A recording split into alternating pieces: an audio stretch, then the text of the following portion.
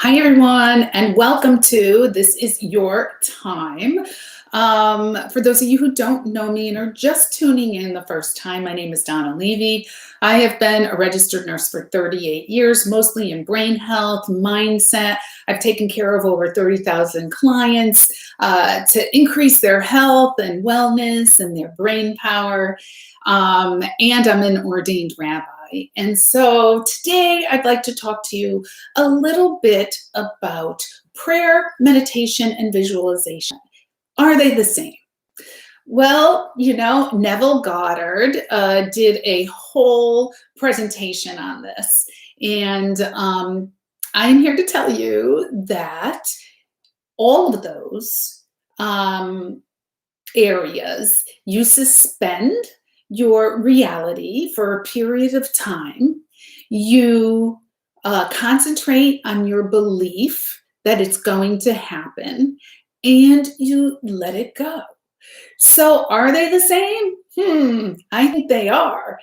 So if you call it prayer, in which we are praying to a divine being other than ourselves or inside ourselves, we can actually tap into that creative power that we call, the divine, and we connect with the divine. And what we're really doing is we are creating a scenario, a vision. If we're praying for someone's health, we are visualizing that, and we are believing that God will take care of it, that God answers prayers.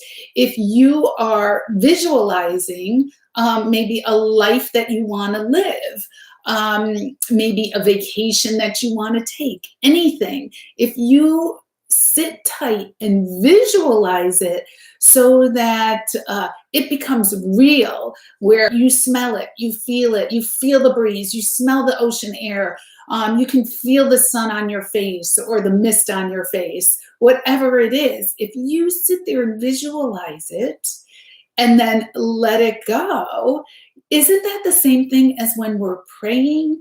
We visualize that we want healing for this person. We visualize that, we're going to get that job.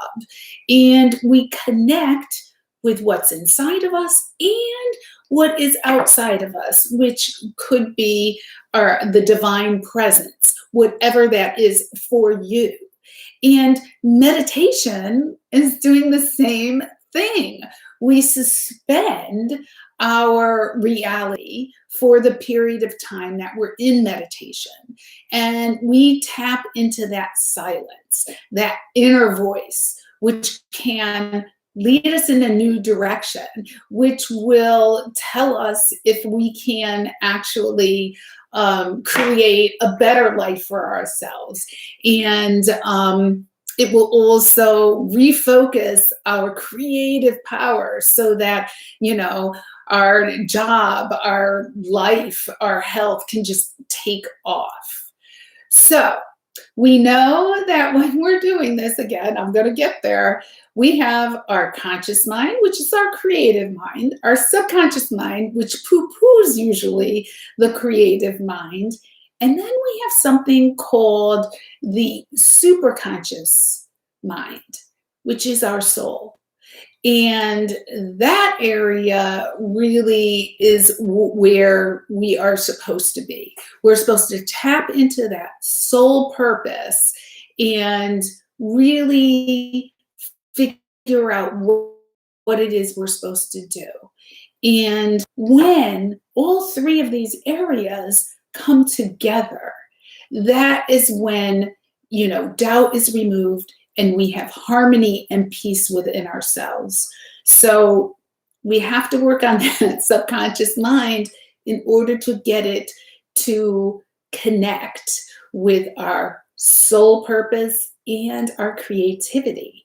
So it's kind of like this sandwich effect. And when it's all on the same energy plane and we're playing on the same field, man, that is beautiful. It's like a teamwork that will just ignite your happiness, your gratitude, and of course, your inner peace. So, we have things like faithful assumption. And that's when we pray, we have faithful assumption. We are having faith that by praying and focusing our energy to the divine, that we are going to connect with that energy and level up. And this is really the infinite connection of our creativity and the belief that we have infinite potential to do whatever it is we desire to do. So, the only thing that is going to stop us from connecting, getting true inner peace, and really living our soul passion, our soul purpose, is fear that you don't know if you could do it, or fear that your prayer won't be answered, okay? Or that it's not going to work out, that if it's like a job or something that you have to venture out to, that it won't work out.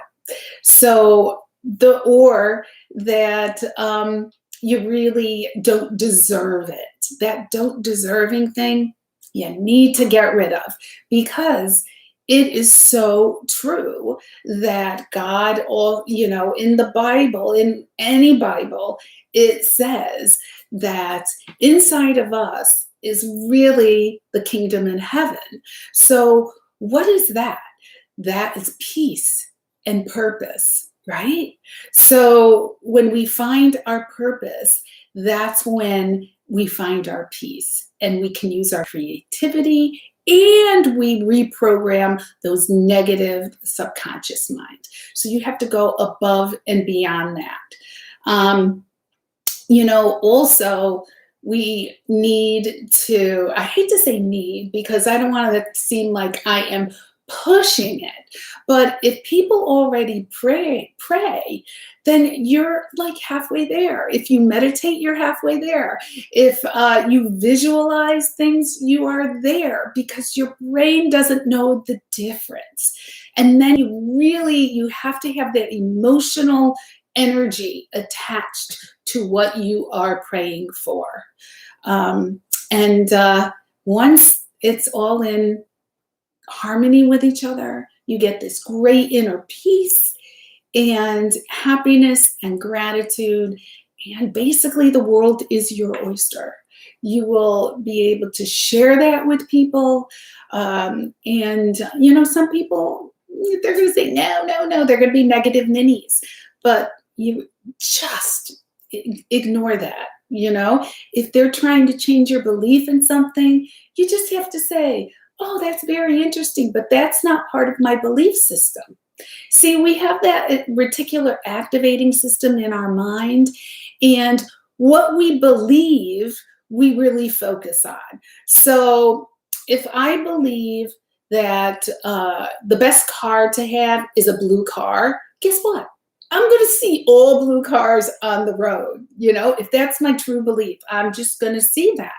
And the mind is amazing. I just am not going to pay attention to any white or red car. So that's not even going to be on my radar, the white and red cars. So if you believe that all people are evil, guess what? You're going to see all evil people, and you're going to pull them into your circle. Okay? If you believe that all people are good, you're not going to see the evil people. That's what Neville Goddard always talked about, that everybody that's in your life, everyone that you see, is really you pushed out. So it's really what you believe. Your mind is constantly trying to validate what you believe. So, like I said, if I believe that those blue cars are the best and I have a blue car, I'm going to see only blue cars. And my mind is going to X out of every single white car there is. Okay. I'm not even going to see them. They're not even going to be on my radar. So it's the same thing with anything positive. If you think that the world is good, if you feel like that you deserve happiness and everybody is happy, you're going to see happy people. You're going to bring them into your life. You're going to see happiness. And when somebody tries to tell you that the world sucks and the world, you know, is nasty and that, you know, you're going to get taken advantage of, just say that's not part of my belief system. Thank you very much, but it's not part of my belief system. Don't give it any energy. Don't give it any mind. Because the more you think about something negative, the more energy you give it. And guess where it goes? In your subconscious mind. Because you're a receiver of thought. The thought comes in, and if there's energy in between, the neurons wire together, and you're going to remember that, you know? So don't even go there. We're trying to reprogram all the negativity and all the crap that you've heard over your life that has had an emotional charge and is sitting in your subconscious mind. But you can reprogram that at any time you want to do it. You just have to say it over and over again, because neurons that wire together fire together. So that's Hebb's law. Anyways, so I've talked enough for today. I hope everybody has a wonderful, wonderful day. Do it, pray, meditate, visualize, whatever you feel comfortable with, but do it in a positive mode. You will connect with the divine, and guess what? You're going to be a happier person for it. So that's it for today. Have a absolutely, absolutely wonderful day. And we will see you again tomorrow on another This Is Your Time. Bye-bye.